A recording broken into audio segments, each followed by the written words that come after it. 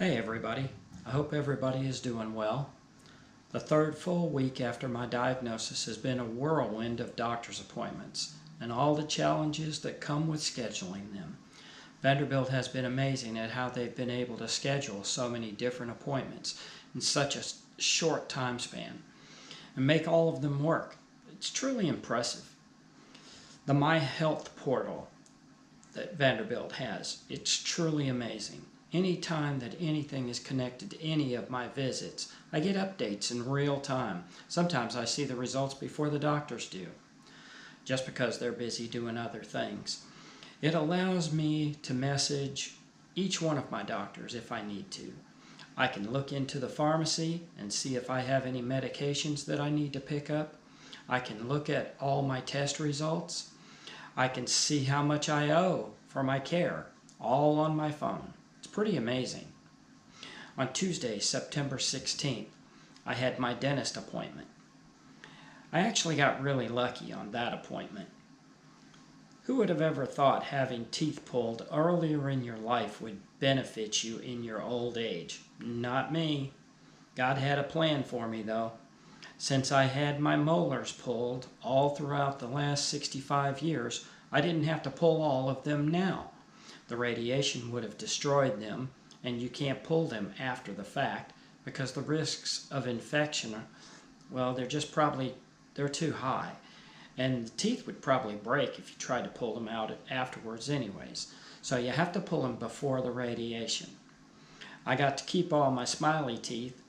They're in the front and the radiation won't pass through them. So all I got was a prescription for some real expensive toothpaste. Pretty good, huh? On September 18th, I had my second radiology appointment. I had a little scare. When she was drawing my blood, something went wrong. I got a golf ball size hematoma bleed around the needle and blood was everywhere.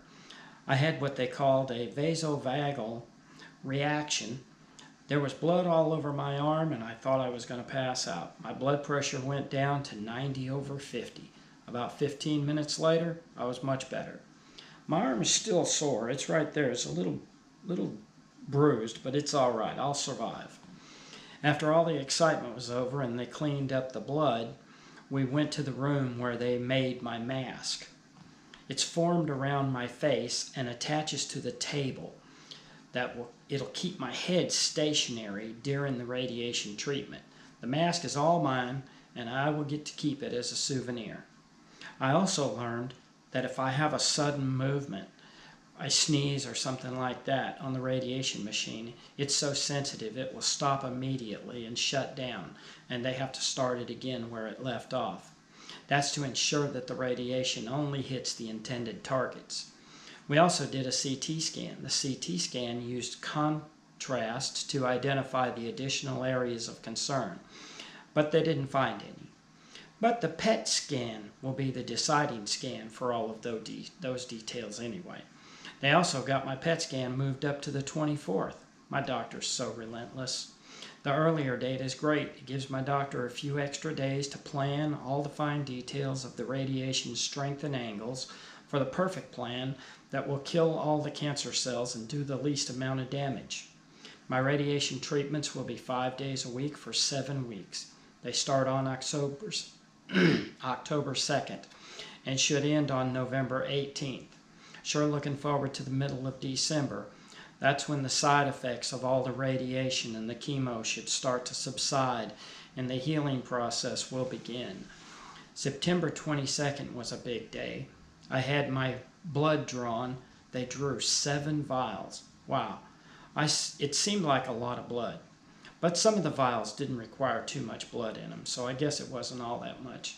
My blood test results were ready in less than 30 minutes, and the results came straight to my phone. That was awesome. I have so many medications.